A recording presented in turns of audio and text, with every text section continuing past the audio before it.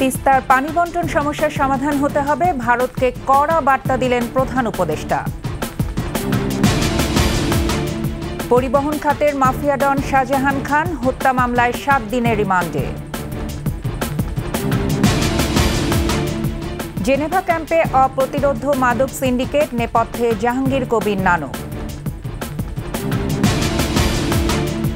শিল্পাঞ্চলে অস্থিরতা রোধে আশুলিয়ায় যৌথ বাহিনীর অভিযান, আটক 14। শীতের সবজি এলেও ফেরেনি স্বস্তি, কুষ্টিয়াতে চালের বাজার ফের চড়া।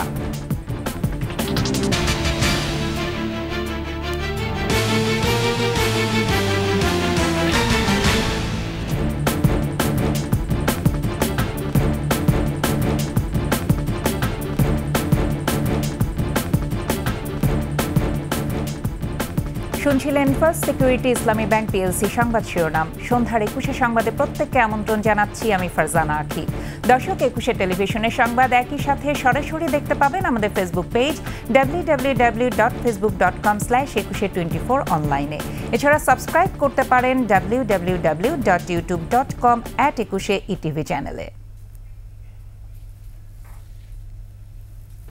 বাংলাদেশের মতো ভাটির দেশের অধিকারকে গুরুত্ব দিয়ে তিস্তা নদীর পানি বণ্টন চুক্তির সমাধান চান অন্তর্বর্তী সরকারের প্রধান উপদেষ্টা ডক্টর মোহাম্মদ ইউনূস। ভারতের বার্তা সংস্থা পিটিআইকে দেয়া সাক্ষাৎকারে বলেন, দীর্ঘদিন ধরে অমীমাংসিত এই চুক্তির বিষয়ে মতপার্থক্য দূর করতে ভারতের সঙ্গে আলোচনা করবে তার সরকার। সাক্ষাৎকারটি প্রকাশ করে এনডিটিভি। রিপোর্ট করছেন দুলি মল্লিক। দীর্ঘদিন ধরে অমীমাংসিত তিস্তা পানি বণ্টন চুক্তি দফায় দফায় আলোচনার পরও দূর হয়নি বাংলাদেশ ও ভারত দুদেশের মধ্যে মতপার্থক্য। এবার এই মতপার্থক্য দূর করতে চান অন্তর্বর্তী সরকারের প্রধান উপদেষ্টা ডক্টর মোহাম্মদ ইউনূস। ভারতের সংবাদ মাধ্যমে দেয়া সাক্ষাৎকারে উঠে আসে তারই তথ্য। বলেন, দীর্ঘদিন ধরে ঝুলে থাকা এই বিষয়টি নিয়ে কোনো দেশেরই লাভ হচ্ছে না। কতটুকু পানি বাংলাদেশ পাবে সেটা জানা উচিত। একই সঙ্গে পানির পরিমাণ নিয়ে যদি বাংলাদেশ খুশি নাও হয় তাতেও সমস্যা নেই উল্লেখ করে বিষয়টির সমাধান জরুরি বলে মনে করেন ডক্টর ইউনূস। বাংলাদেশের মতো ভাটির দেশগুলোর অধিকারকে গুরুত্ব দিয়ে আন্তর্জাতিক নিয়ম অনুযায়ী এ সমস্যার সমাধান চান তিনি। ভারতকে চাপ দেওয়ার চেয়ে একসঙ্গে বসে আলোচনার মাধ্যমে সমাধান করা ঠিক বলে মনে করেন ডক্টর ইউনূস। সাক্ষাৎকারে সম্প্রতি বাংলাদেশের পূর্বাঞ্চলের জেলাগুলোতে ভয়াবহ বন্যার বিষয়টিও উঠে আসে। এই বন্যার জন্য বিভিন্ন গণমাধ্যমে ভারতকে দায়ী করার বিষয়ে জানতে চাওয়া হলে চুক্তি সই না হওয়া পর্যন্ত এ ধরনের সংকটকে মানবিক দৃষ্টিকোণ থেকে দেখার তাগিদ দেন তিনি। সীমান্ত হত্যা সম্পর্কেও কথা বলেন ডক্টর ইউনূস। হত্যাকাণ্ড কোনো সমাধান নয় উল্লেখ করে আইনি উপায়ে সমাধানের উপর জোর দেন তিনি। সাক্ষাৎকারে উঠে আসে সার্ক প্রসঙ্গ। বলেন, 8 জাতির এই আঞ্চলিক জোট মহৎ উদ্দেশ্যে প্রতিষ্ঠিত হলেও এখন শুধু কাগজেই সীমাবদ্ধ। তিনি সার্কের চেতনা পুনরুজ্জীবিত করতে চান বলে জানান। এছাড়া রোহিঙ্গা শরণার্থীদের ফেরত নিতে মিয়ানমারকে রাজি করাতে ভারতের সহায়তা চাইবেন বলে জানান ডক্টর ইউনূস। এ নিয়ে জাতিসংঘের সাধারণ পরিষদের অধিবেশনের ফাঁকে ভারতের প্রধানমন্ত্রী নরেন্দ্র মোদীর সঙ্গে সাক্ষাতের চেষ্টা করবেন ডক্টর ইউনূস। দুলি মল্লিক, ডেস্ক রিপোর্ট, 21 টেলিভিশন। ছাত্র জনতার আন্দোলনে গুলি করে কিশোর আব্দুল মোতালিব হত্যা মামলায় সাবেক নৌ পরিবহন মন্ত্রী শাহজাহান খানের 7 দিনের রিমান্ড মঞ্জুর করেছে আদালত। বৃহস্পতিবার মধ্যরাতে ধানমন্ডির একটি বাসা থেকে তাকে গ্রেপ্তার করা হয়। মাহতাব মিনহাজের প্রতিবেদন। বৈষম্য বিরোধী আন্দোলনে কিশোর আব্দুল মোতালিব হত্যা মামলায় শুক্রবার বিকেল 4টার দিকে শাহজাহান খানকে আদালতে হাজির করা হয়। মামলার তদন্ত কর্মকর্তা 10 দিনের রিমান্ড আবেদন করেন। শুনানি শেষে ঢাকার মেট্রোপলিটন ম্যাজিস্ট্রেট মাহবুব আহমেদের আদালত 7 দিনের রিমান্ড মঞ্জুর করেন। বিজ্ঞ আদালতে আজকে ঘটনার পরিষ্কার তথ্য দিয়ে এই আসামির বিরুদ্ধে 10 দিনের প্রসিকিউশন পক্ষ রিমান্ড আবেদন দাখিল করেন। বিজ্ঞ আদালত ঘটনা শুনে এই যেহেতু আব্দুল মোতালিব মারা গিয়েছেন ঘটনাস্থলে, এর কারণে এই আসামির বিরুদ্ধে বিজ্ঞ আদালত সন্তুষ্ট হয়ে 7 দিনের রিমান্ড মঞ্জুর করেন। উনাকে 10 দিনের জন্য রিমান্ড চেয়েছিলেন। উনার হার্ট এভাবে ম্যাসিক হয়েছে যে উনি যে কোনো সময় এই যে কোনো সময় দুর্ঘটনা ঘটতে পারে। বৈষম্য বিরোধী ছাত্র আন্দোলন চলার সময় 4 আগস্ট কিশোর আব্দুল মোতালিবকে গুলি করে হত্যা করা হয়। এ ঘটনায় মোতালিবের বাবা বাদী হয়ে 26 আগস্ট মামলা করেন। মাহতাব মিনহাজ, একুশে টেলিভিশন, ঢাকা। শাহজাহান খান, এক যুগ আগেও ঢাকা শহরে ছিল না কোনো ফ্ল্যাট বা জমি। মন্ত্রিত্ব পাওয়ার আগে তার মাসিক আয় ছিল 1,70,000 টাকা। মন্ত্রী হবার পর তার সম্পদ বেড়েছে প্রায় শতগুণ। নিজ জেলা মাদারীপুর আর ঢাকা শহরে গড়ে ওঠে সম্পদের পাহাড়। অবৈধ টাকায় গড়ে তোলেন আবাসন, হোটেল, শিপিং ব্যবসা। পরিবহন খাতে চাঁদাবাজির একক গডফাদার এই শাহজাহান খান। মাদারীপুর প্রতিনিধির তথ্য ও ছবিতে ডেস্ক রিপোর্ট। আওয়ামী লীগের প্রেসিডিয়াম সদস্য শাহজাহান খান ও তার স্ত্রীর সম্পদ 15 বছরে বেড়েছে অস্বাভাবিক হারে। বেড়েছে বাৎসরিক আয়ও।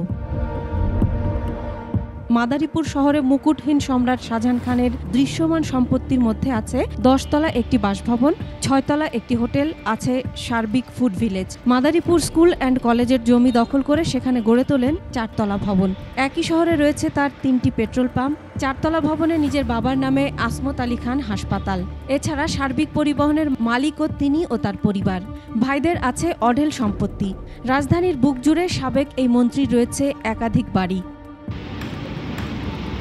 মাদারীপুর 2 নম্বর আসন থেকে টানা 8 বারের এমপি ও 2 বার নৌপরিবহন মন্ত্রী ছিলেন শাহজাহান খান। জেলার সবকিছুই ছিল তাদের নিয়ন্ত্রণে।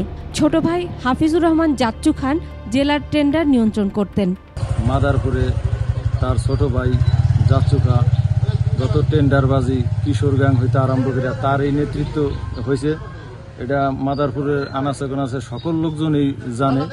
অনেকে মুখ খুলতে পারে না ভয়ের কারণে। এটা কারেন্টটা চলতে তো বলতে পারতাম, মালিক সমিতির একটা চেক পয়েন্ট ছিল শ্রমিক ইউনিয়নের আমাদের মতো লোকজন, তারা আমাদের আটকে রাখতো। ঠিক আছে, যাইতে দিত না, আইতে দিত না, জ্ঞানজাম করার চেষ্টা করতো। তো আমরা গেলে বলতো সাধারণ কোনো অটো চলতে হবে।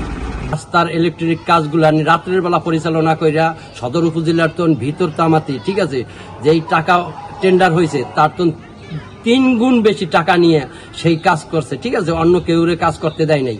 শ্রমিক ফেডারেশনের সে দায়িত্বে থাকা অবস্থায় শ্রমিক দিয়া চাঁদাবাজি করা, তার ভাই টেন্ডারবাজি করছে মাদারীপুর শহরে, অন্য ভাইরা ভূমি দস্যুতা এবং সব কিছু মিলে তারা মাদারীপুরে ব্যাপক সন্ত্রাস, লুটপাট।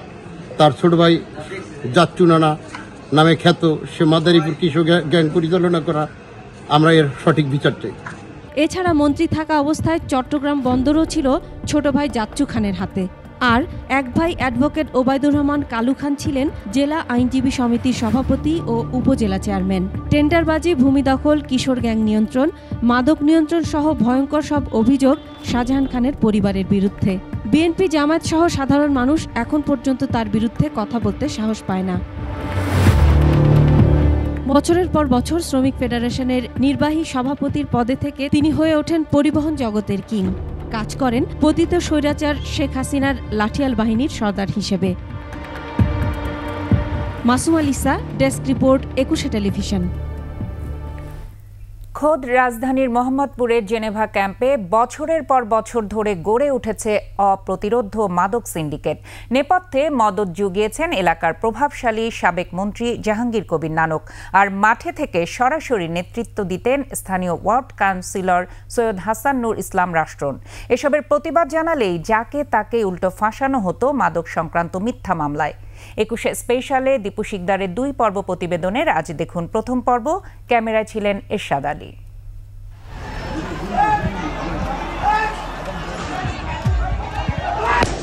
বৈষম্য বিরোধী ছাত্র আন্দোলনের সময় জেনেভা ক্যাম্পের বাসিন্দাদের উপর এভাবেই নির্বিচারে গুলি চালায় নানক রাষ্ট্রনের পোষ্য ক্যাডার জাম্বো।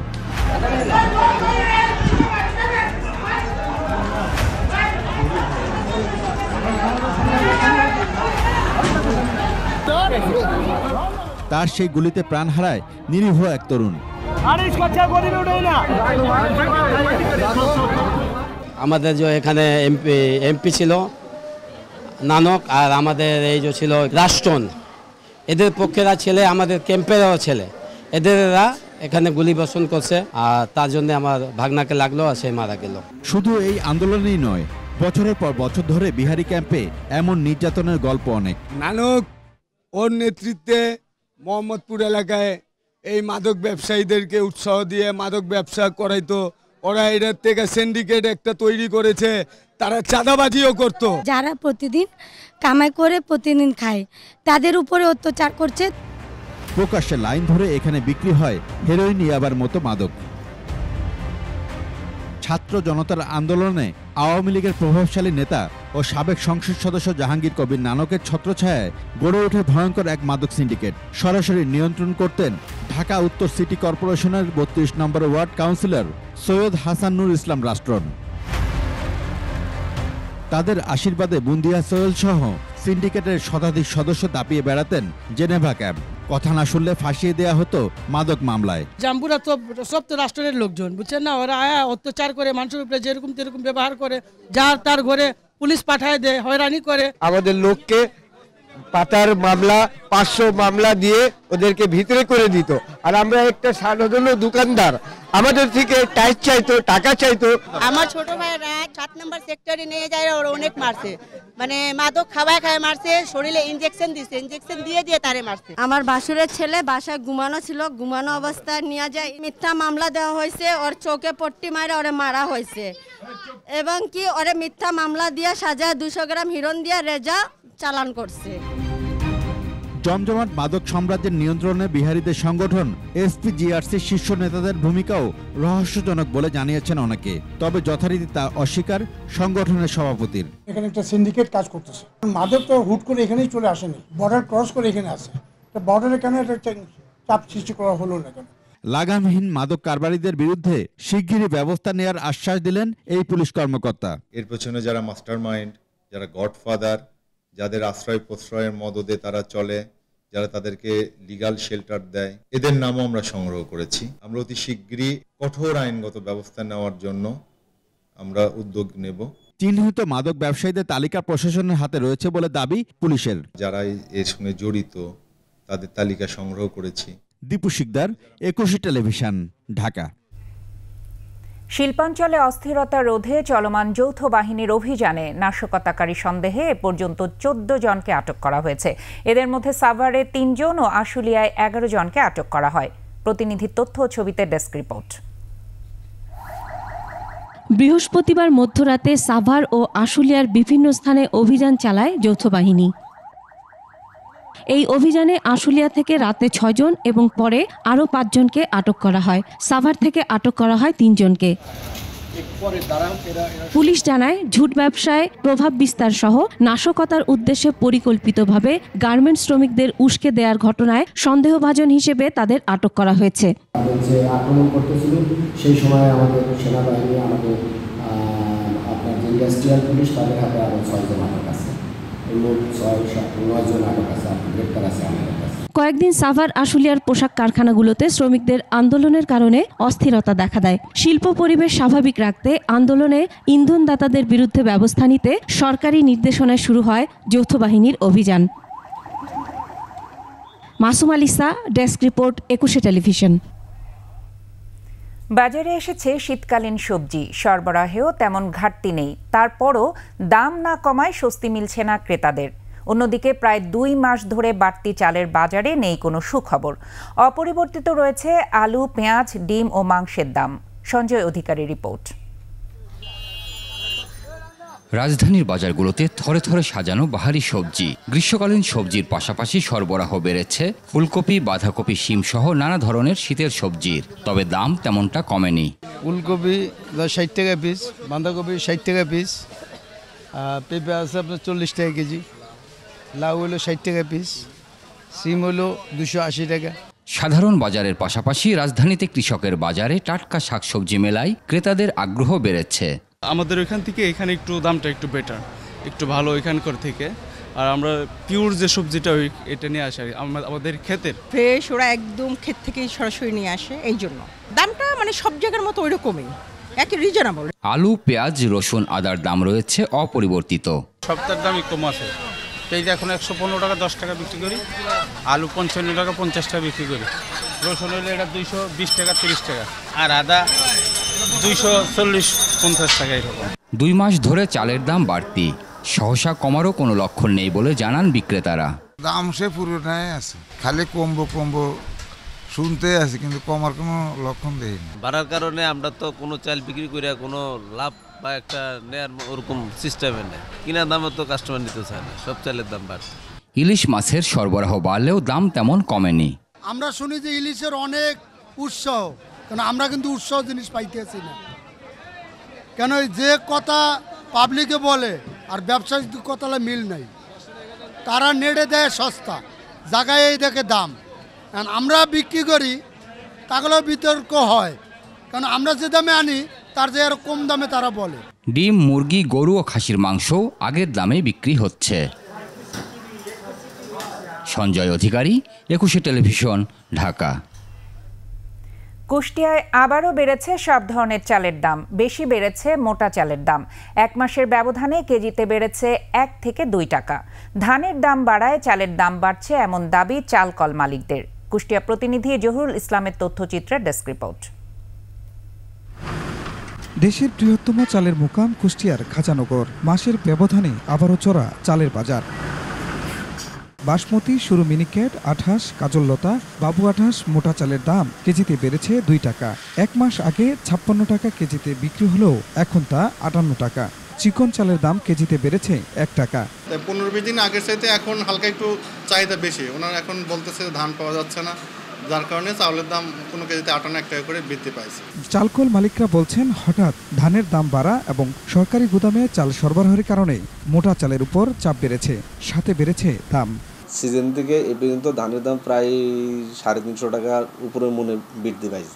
মিলগেটে দাম বাড়ায় এর প্রভাব পড়েছে খুচরা বাজারেও। মিনিকেট কিনছি 1680 থেকে 1700 টাকা মাসখানিক আগে। এদিকে চালকল মালিক সমিতি বলছে, অবৈধ মজুতদারদের বিরুদ্ধে অভিযান চালালে কমে আসবে দাম। বাজারের যেই বর্তমান যে ধান চাউল আছে তাতে কোনো প্রকারের বৃদ্ধি হওয়ার কোনো অবকাশ নাই। তবে খাদ্য অধিদপ্তর এবং ভোক্তা দৃষ্টি তাদের রাখতে হবে। খুশিদ আলম মুকুল, ডেস্ক রিপোর্ট, 21 টেলিভিশন। সময় হলো বিরতির, যখন ফিরছি তখন অন্যান্য খবরের সঙ্গে আরো যা থাকবে। অস্ত্র, মাদক সহ সাবেক মন্ত্রী ডিলুর ছেলে তমাল গ্রেপ্তার। জুয়ারি মুক্ত হয়ে পুঁজিবাজারে ভূমিকা রাখতে চায় আইসিবি, প্রয়োজন নতুন তহবিল।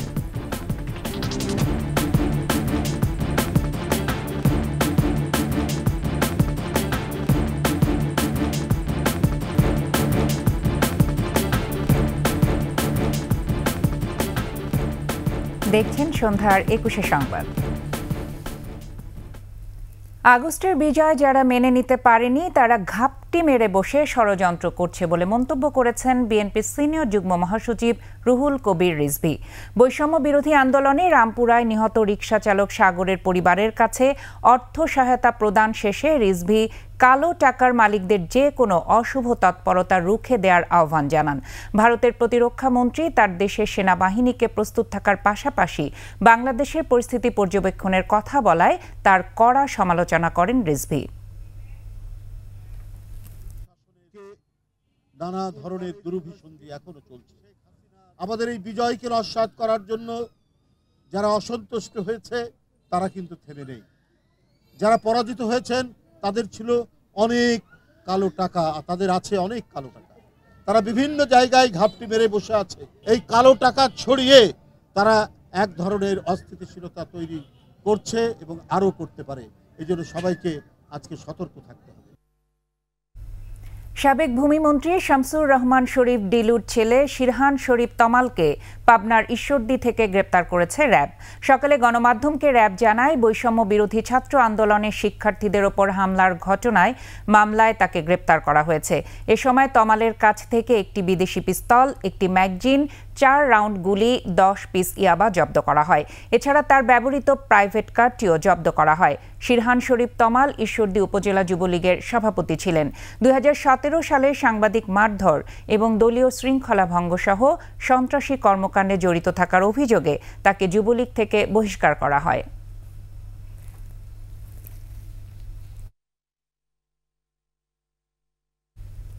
ভারতের সাথে আন্তঃসীমান্ত সকল নদীর বাঁধ ভেঙে দেওয়ার দাবিতে ডুম্বুর অভিমুখে লং মার্চ করেছে ইনকিলাব মঞ্চ। সকালে রাজধানীর শাহবাগ জাতীয় জাদুঘরের সামনে থেকে এই লং মার্চ শুরু হয়। এর আগে সংক্ষিপ্ত সমাবেশে ইনকিলাব মঞ্চের মুখপাত্র শরীফ ওসমান বিন হাদি বলেন, ভারত চাইলেই এককভাবে আন্তঃসীমান্ত নদীতে বাঁধ দিতে পারে না। এসব বাঁধের কারণে বাংলাদেশের নদীগুলো শুকিয়ে আসছে। পরে লং মার্চের বহর টিএসসি প্রদক্ষিণ করে ভারতের ত্রিপুরা রাজ্যের ডুম্বুর অভিমুখে যাত্রা করে। পথিমধ্যে রাজধানীর যাত্রাবাড়ি ও কুমিল্লার চান্দিনার পথ সমাবেশ হবে। এরপর কুমিল্লার টাউন হলে ছাত্র জনতার সার্বভৌম সমাবেশের দাবি ঘোষণার পর বিবির বাজারে আরেকটি সমাবেশের পর লং মার্চ কর্মসূচি শেষ হবে বলে জানান মুখপাত্র। ভারত গত 50 বছরের বেশি সময় ধরে আমাদের প্রত্যেকটা আন্তঃসীমান্ত নদীতে আমাদেরকে না জানিয়ে, আমাদেরকে না ডেকে তারা একের পরে এক বাঁধ নির্মাণ করেছে। যতগুলো একতরফা অবৈধ বাঁধ নির্মাণ করেছে, অতি সত্বর সেই বাঁধগুলো আন্তর্জাতিক কমিউনিটিকে নিয়ে, আন্তর্জাতিক ফোরামকে সাথে নিয়ে উচ্ছেদ করতে হবে। কারসাজি শেয়ারের ডাম্পিং স্টেশনের তকমা ঘুচাতে চায় রাষ্ট্রীয় বিনিয়োগ প্রতিষ্ঠান আইসিবি। জুয়ারিদের কবলমুক্ত হয়ে পুঁজিবাজারে রাখতে চায় বড় ভূমিকা। তবে ঘুরে দাঁড়াতে নতুন তহবিলের কথা জানালেন প্রতিষ্ঠানটির নবনিযুক্ত চেয়ারম্যান অধ্যাপক আবু আহমেদ। আরও জানাচ্ছেন মেহেদি হাসান। গত ১.৫ দশকে কারসাজি শেয়ারের ডাম্পিং স্টেশনের তকমা কামিয়েছে রাষ্ট্রীয় বিনিয়োগ প্রতিষ্ঠান investment corporation of Bangladesh ICB. অভিযোগ রয়েছে প্রতিষ্ঠানটির কিছু অসাধু কর্মকর্তা জুয়ারিদের সাথে যোগসাজশ করে আইসিবির কোর্টে কিনেছে উচ্চ মূল্যে দুর্বল কোম্পানির শেয়ার।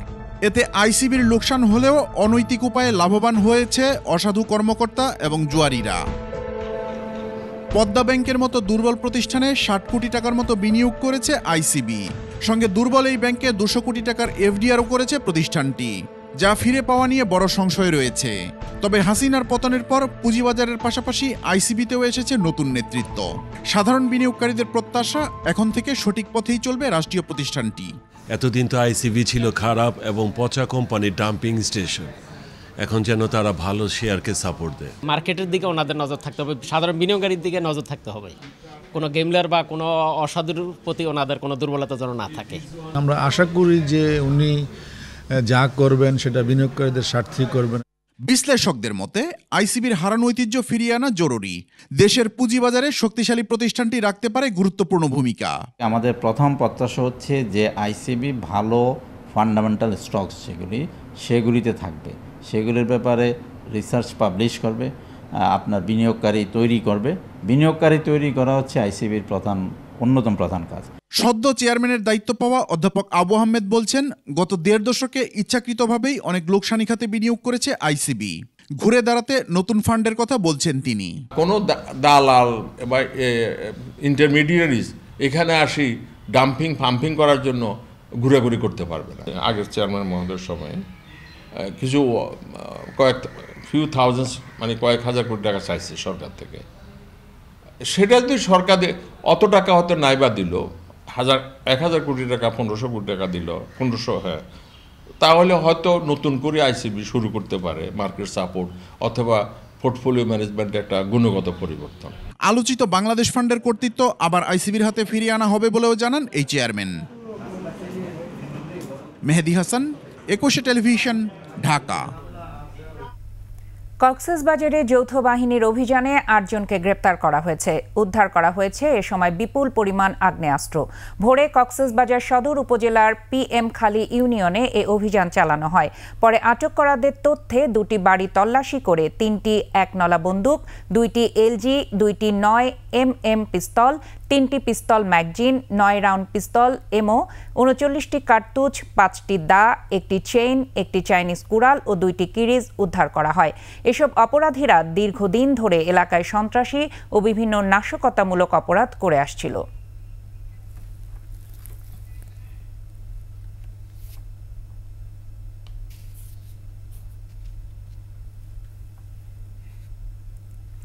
মৌসুমের মাঝামাঝি এসে বড় সাইজের ইলিশ ধরা পড়ায় সরগরম দক্ষিণাঞ্চলের দ্বিতীয় বৃহত্তম বরগুনার পাথরঘাটা মৎস্য অবতরণ কেন্দ্র। ট্রলার মালিক, ইলিশ ব্যবসায়ী, ক্রেতা বিক্রেতাদের পদচারণায় মুখরিত ঘাট এলাকা। গত বছরের তুলনায় ইলিশ আহরণ কম হলেও আকার বড় হওয়ায় এবার লাভবান হচ্ছেন মৎস্যজীবীরা। বরগুনা প্রতিনিধি জয়দেব রায়ের তথ্যছবিতে ডেস্ক রিপোর্ট। জ্যৈষ্ঠের 15 তারিখ থেকে আশ্বিন পর্যন্ত 4.5 মাস ইলিশের মৌসুম। শুরু থেকে 2 মাস বঙ্গোপসাগরে রূপালী ইলিশের দেখা না মিললেও বদলেছে চিত্র। শত শত ট্রলার বোঝাই ইলিশ সাগর থেকে ফিরছে বরগুনার পাথরঘাটা মৎস্য অবতরণ কেন্দ্রে। সূর্যোদয়ের পর থেকে ভিন্ন রূপ নেয় এই বিএফডিসি ঘাট এলাকা। মাছ বোঝাই ট্রলার থেকে ইলিশ খালাসে ব্যস্ত ঘাট শ্রমিক, কেউ বা পাইকারি কিনে চালানের জন্য প্যাকিং করছেন। জেলেদেরও প্রত্যাশা কিছুদিন এভাবে ইলিশ ধরা পড়লে পেছনের ঘাটতি কাটিয়ে উঠতে পারবেন তারা। যে মাছ ছিল 60,000 হয়েছে 55-54, ঝাটকা এর আগে বেশি 20,000, আজকে হয়েছে 15-14,000 কেজির মাছ এইখানে বিক্রি হইতেছে 15 থেকে 15 টাকা এইভাবে, আর খুচরা বাজার বিক্রি করে 17-18 টাকা কেজি বিক্রি করে। অন্য বছরের তুলনায় এবছরে মাছের সাইজ বড় এবং দামও ভালো। খুচরা বাজারে মাছটার দামটা বেশি, এইটার কারণ হলো 2-3টা হাত বদল হয়। বরগুনার এই ঘাট থেকে প্রতিদিন রাজধানী সহ দেশের বিভিন্ন জেলায় যাচ্ছে ইলিশ। এই মুহূর্তে যদি ইন্ডিয়ায় মাছ যেত তা আমাদের বাংলাদেশের যে লোকজন আছে আমাদের, তা আমরা খাওয়ার মতো থাকতো না দাম। সাগরে মাছ আছে কিন্তু ধরার সময় হয় নাই। ধরার সময় বলতে ঝড় বৃষ্টির কারণে সাগরে যাইতে পারে না, মাছও ধরতে পারে না। বিএফডিসি জানায় ধরা পড়া ইলিশের আকার বড় হওয়ায় দামে লাভবান হচ্ছেন মৎস্যজীবীরা। এই ধারাবাহিকতা অব্যাহত থাকলে অত্র অবতরণ কেন্দ্রে মাছ অবতরণ বেশি হবে এবং রয়্যালটি টুলও বৃদ্ধি পাবে এবং দেশের অর্থনৈতিক সমৃদ্ধিতে ইতিবাচক ভূমিকা রাখবে। জেলা মৎস্য কর্মকর্তা জানান, পাইকারিতে ইলিশের দাম কম থাকলেও খুচরা বাজারে একটু বেশি। খুচরা বিক্রেতা থেকে আড়তদার, সেখান থেকে পাইকারি, এরকম 2-3টে হাত ঘোরার কারণে কিছুটা দাম হেরফের হয়। তো আমরা সেসব জায়গাতেও কাজ করব যাতে যতটা সম্ভব দামটা কমিয়ে আনা যায়। চলতি বছরে মৌসুমের শুরু থেকে আগস্ট পর্যন্ত বিএফডিসি ঘাটে ইলিশ মাছ বিক্রি হয়েছে 377.8 টন এবং রাজস্ব আদায় হয়েছে 55,57,000 টাকা।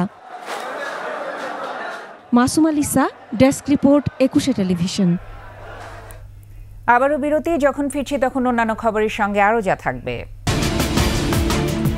টিকাদান কর্মসূচির মধ্যেও গাজায় থেমে নেই হামলা, জিম্মি মুক্তির দাবিতে ইসরায়েলে বিক্ষোভ অব্যাহত। চিলির বিপক্ষে আর্জেন্টিনার বড় জয়, পয়েন্ট টেবিলে শীর্ষস্থান আরও পোক্ত।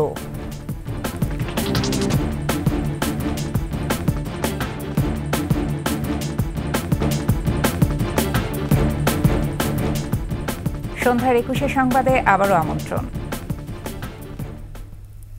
জাতীয় সঙ্গীত পরিবর্তনের ষড়যন্ত্রের প্রতিবাদে দেশের বিভিন্ন স্থানে কর্মসূচি পালন করছে সাংস্কৃতিক কর্মীরা। এতে অংশ নেন উদীচীর সদস্যসহ বিভিন্ন শ্রেণী পেশার মানুষ। প্রতিনিধির তথ্য ও ছবিতে ডেস্ক রিপোর্ট।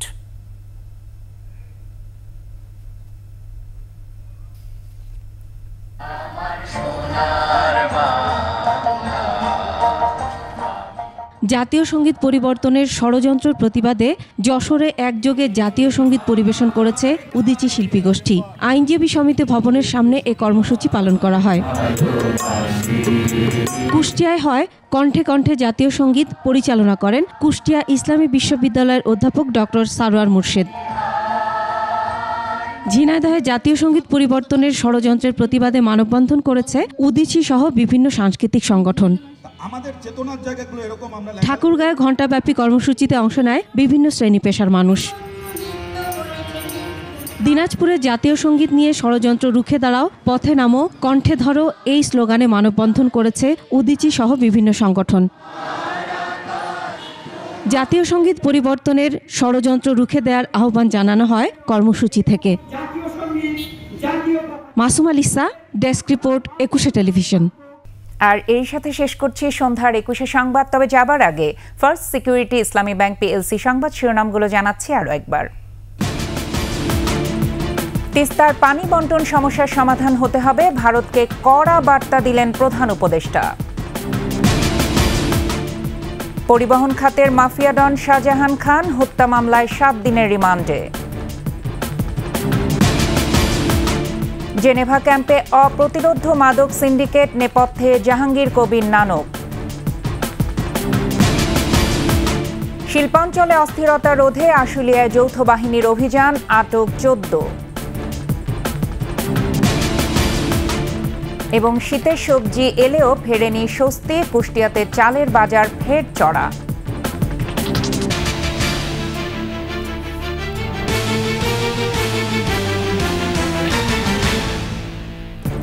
সর্বশেষ সংবাদ জানতে ডায়াল করুন 2024 নম্বরে, আর ভিজিট করুন 21-tv.com এই ওয়েবসাইটে। ফেসবুকে ভিজিট করতে পারেন www.facebook.com/2124 অনলাইনে। এছাড়া সাবস্ক্রাইব করতে পারেন www.youtube.com/21etv চ্যানেলে। এতক্ষণ সঙ্গে থাকার জন্য ধন্যবাদ। পরবর্তী সংবাদ রাত 8টা 55 মিনিটে দেখার আমন্ত্রণ রইল। 21-এর সাথেই থাকুন।